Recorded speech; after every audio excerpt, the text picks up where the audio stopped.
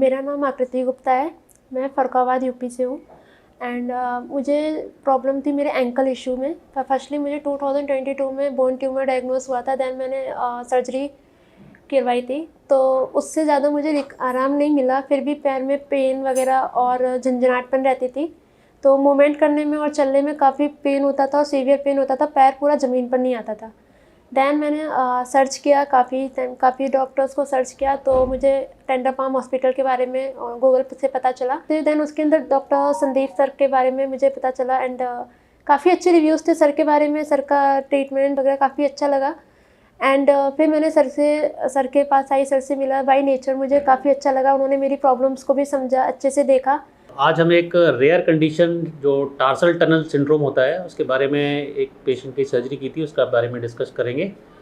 Tarsal tunnel syndrome basically ankle के पास एक nerve होती है, वो दब जाती है और उसकी वजह से पाँव में झंझनाहट, सुन्नपन होने लगता है, या फिर कोई बहुत लॉन्ग टर्म के लिए होता है तो डिफॉर्मिटी भी शुरू हो जाती है और पेशेंट को बहुत डिस्टर्बेंस होता है बिकॉज नसें दब रही होती है वहाँ पे।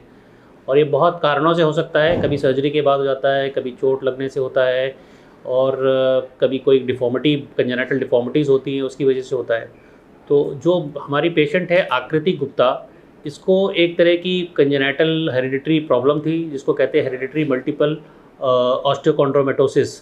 तो इसमें क्या होता है कि छोटे छोटे बोन ट्यूमर्स बन जाते हैं ग्रोइंग एंड्स पे, जैसे घुटने के पास या एंकल के पास, कोहनी के पास, शोल्डर के पास, इस तरह। तो उसको मल्टीपल जगह पे इस तरह के प्रॉब्लम्स थे और उसके बाद वो 2 साल पहले कभी गिर गई। गिरने के बाद उसकी एक सर्जरी हुई जहाँ पे उसकी प्लेट वेट लगाई गई थी एंड सर्जरी के कुछ समय बाद वो तो फ्रैक्चर तो जुड़ गया था, लेकिन उसकी जो नस थी वो वहाँ पे जहाँ पे सर्जरी हुई थी उसकी वजह से कहीं से दबने लगी और दबते दबते इतना हो गया कि उसको हर समय झंझनाहट होती थी, पाँव में सुन्नपन बना रहता था और जब वो चलती थी तो ये चीज़ और एग्रीवेट कर जाती थी, उसको चलने में भी डिफ़िकल्टी हो रही थी, तो उसकी पढ़ाई इस कारण डिस्टर्ब हो रही थी। तो उसने काफ़ी डॉक्टरों को दिखाया कि इसमें क्या वजह है, तो किसी ने कहा हम प्लेट निकाल देंगे, किसी ने कहा कुछ कहा, तो कुछ कन्विंसिंग और बहुत सारे कंजर्वेटिव ट्रीटमेंट के बाद भी कुछ कन्विंसिंग रिजल्ट नहीं मिला। तो जब हमारे पास आई तो मुझे लगा कि ये तो नस की प्रॉब्लम लग रही है, क्योंकि झंझनाहट और जिस तरह बता रही थी, सिम्टम्स बता रही थी, तो इसको हम लोग एमआरआई करके डायग्नोस कर सकते थे। चूँकि प्लेट पड़ी हुई थी स्टील की, तो एमआरआई नहीं किया जा सकता था। और दूसरा था कि हम इस पर नर्व कंडक्शन स्टडी कर सकते थे, जो भी मेटल के साथ में भी मेटल की वजह से वहाँ पे नर्व कंडक्शन स्टडी की रिजल्ट भी अच्छे नहीं आ पाते हैं, तो वो कंक्लूसिव नहीं होता। तो हम लोग ने एक बहुत हाई रेजोल्यूशन अल्ट्रासाउंड कराया इसका, और उसमें इसका डायग्नोसिस हुआ कि ये दोनों नर्व जो हैं इसकी प्लांटर नर्व्स हैं वो दब रही हैं।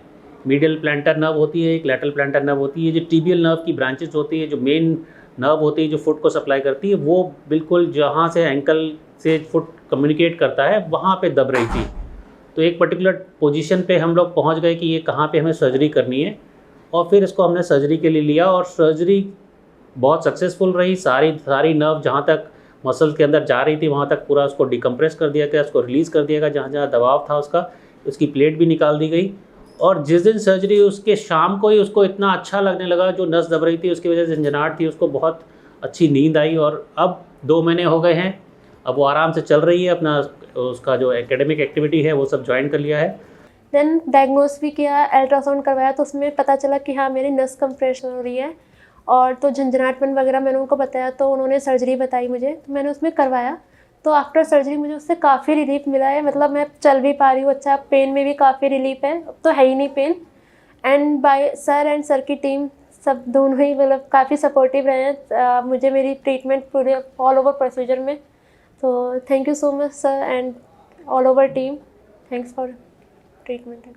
तो ये बहुत रेयर कंडीशन थी और इसको डायग्नोस नहीं हो पा रहा था बहुत जगह पे, और हमने इसको एक सिंपल बहुत हाई रेजोल्यूशन अल्ट्रासाउंड के साथ डायग्नोस करके और एक डिकम्प्रेशन ऑफ नर्व की सर्जरी, सिंपल सी सर्जरी करके उसको रिलीफ दे दिया।